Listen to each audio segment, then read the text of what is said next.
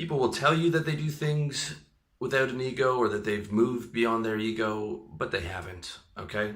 Some exceptional beings have. They are the 1 in a billion enlightened saints and sages of our history. That at least that's my belief. You don't have to believe that. But everyone else is operating on human instincts, moving towards pleasure and away from pain, okay? Even if that instinct is charity, is helping people, that person is still getting a payoff from helping those people, okay? And in fact, helping others is one of the best ways to make yourself happy. I get a lot of pleasure out of helping you guys and seeing the nice comments that everyone leaves, and that makes me really happy, okay? But I'm still getting a payoff, right? As long as I'm conscious and alive, I'm getting a payoff from my actions, okay? I don't like the word ego. I think it's overused. I don't necessarily agree with Freud's descriptions of human experience. I think it's inaccurate. I think a better term is just yourself. But I'll use it here as a term because people are familiar with it. And it's also, these two terms are taken from the Treatise on Love by a Russian ethologist, translated into English. The translation is not very good. I wouldn't, you can have a look at it, but I'm going to have a lot more stuff coming from that particular essay this year. And basically, it's the idea that ethology is the animal behavior, the study of animals applied to people. If you've heard of evolutionary biology before and evolutionary psychology, it comes from that field.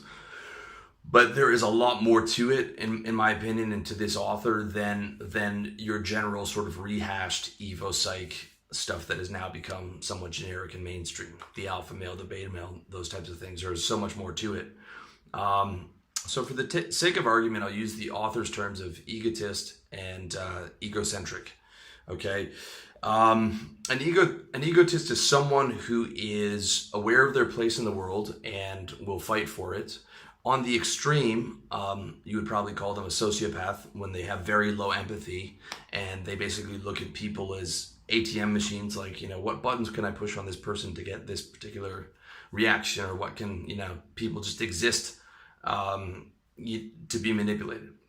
But that's not actually egocentric. Egocentric is a person who literally, although mostly unconsciously, acts as if the world revolves around them. The egotist knows very well that the world doesn't revolve around them. They see the world as a struggle for their own instincts, and they take a lot of time to understand other people's behavior. The egocentric person doesn't even think to understand the other person's behavior. They think, albeit subconsciously, that the world revolves around them. A lot of time they can't understand why the person is getting mad at them. They will have a response, something like, how could you do this to me, right? Instead of thinking about, well, what were the particular actions that I did that are causing this person to be angry, okay?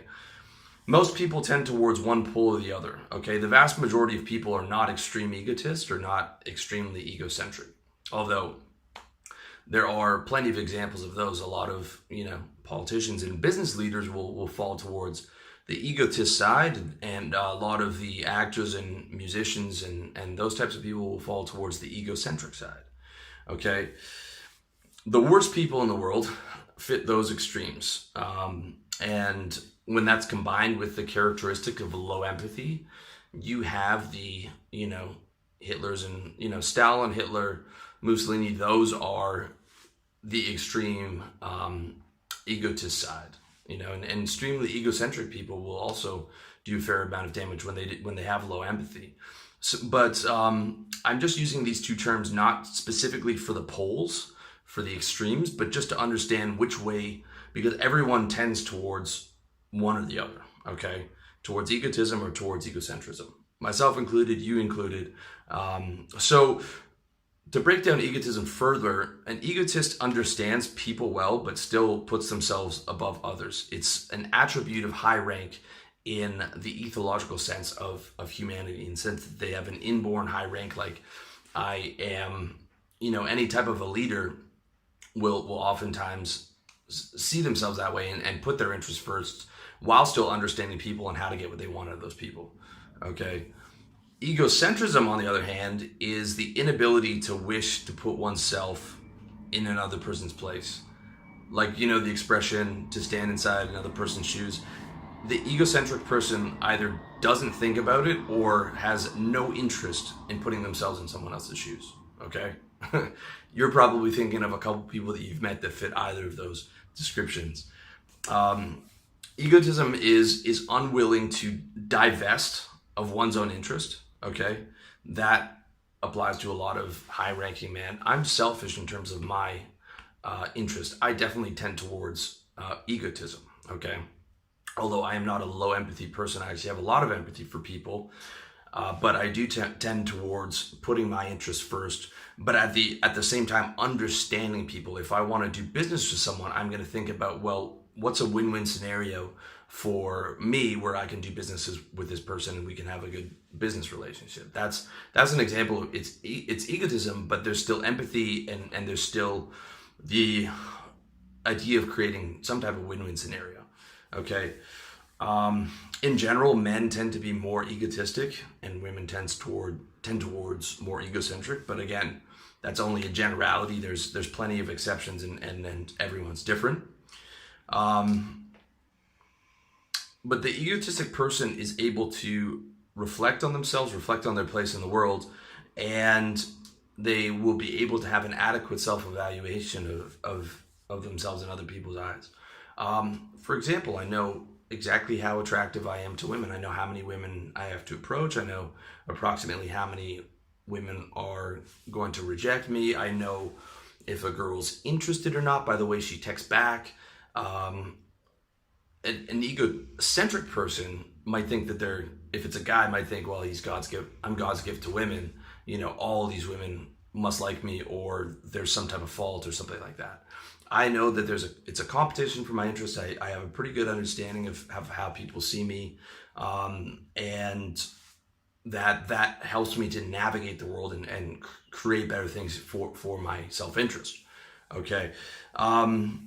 Most guys that are successful in business, by the way, are not egocentric. You can't be, because you rely on customer feedback and client feedback, and you have to take that into account. If you want to be successful with women, you have to understand their feedback. You have to know how you rank on your sexual market value, and being able to expand that. The egocentric person, they're not going to be able to hear about sexual market value. They're just going to feel slighted that someone doesn't like them, as opposed to, well, okay, they don't like me for this reason because they're outside of my league. How do I make myself more attractive? Or how do I make myself more attractive to potential investors for my business? Or how do I get more clients by appealing to give them what they want, right? This is stuff that I harp on a lot for you guys, because that is how to actually succeed in the world. Thinking the world revolves around you, that egocentric view, is a surefire way to have massive difficulties in achieving your goals. So some egotistic people have empathy or have understanding of people, like the furthest end, the low empathy guys. They can understand when people are suffering. They just don't care. Those are scary people, right? And a lot of those people are in power. They have very good understanding of people and they don't care. That's a dangerous person. Okay, the egocentric person just doesn't understand. Either they're unwilling to understand because they don't care, or there's some people that literally, I swear, they literally don't think about what the other person's perspective would be like. Other people to them are just characters in their reality, and they have a hard time accepting that you exist independently on your own. You might have noticed this in dating, and of course this doesn't apply just to women, but someone who keeps after you and telling you how much they like you or something along those lines, but they can't understand the problems that you have with them, right? And if you bring up a problem, it's, how could you do this to me? Or, I like you so much, right? And you're saying, well, that's what you want. But here are the particular problems that we have with each other, but they're unwilling to step into your shoes to be able to see that. Okay.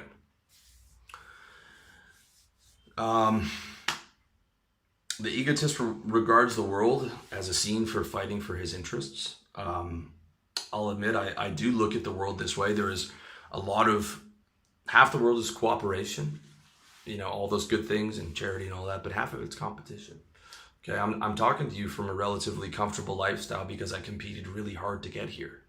And I pulled myself out of working jobs that I hated. And if I hadn't competed and if I hadn't put myself into this marketplace of ideas and competed and now have your attention, if you're watching this, I never would have been able to have the kind of life that I wanted.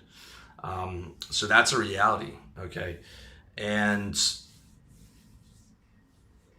that's egotism in a nutshell, okay? Someone who sees the world as a place for his interest and is willing to compete. The person with zero or very low empathy is willing to do almost anything and disregard others' feelings, even though they know how those people are feeling. Most of those people came from traumatic childhoods, by the way. When you're trying to understand those people, it's like they didn't have love from their parents, so they learned not to have love for other people. Like by the age of 10 or 12, those really bad guys, those really super egotistical, low empathy, dark triad, super Machiavellian guys, by the time they were 12, they were a little monster, right?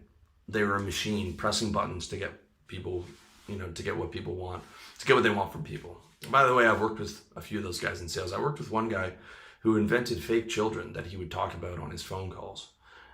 If the clients had children, he would go back to and he had this whole narrative of his fake children. He also had, if the client said they were vegan, he said he was vegan. Whatever he had to say. And this was a guy that if you just spoken to him, seemed like a super nice, pleasant, agreeable guy. But, total sociopath. Total sociopath. And there are a lot of people like that out there. He eventually got fired because his brother worked at another company and he was stealing the company leads and database and giving them to his brother because, like I said, the guy's a sociopath.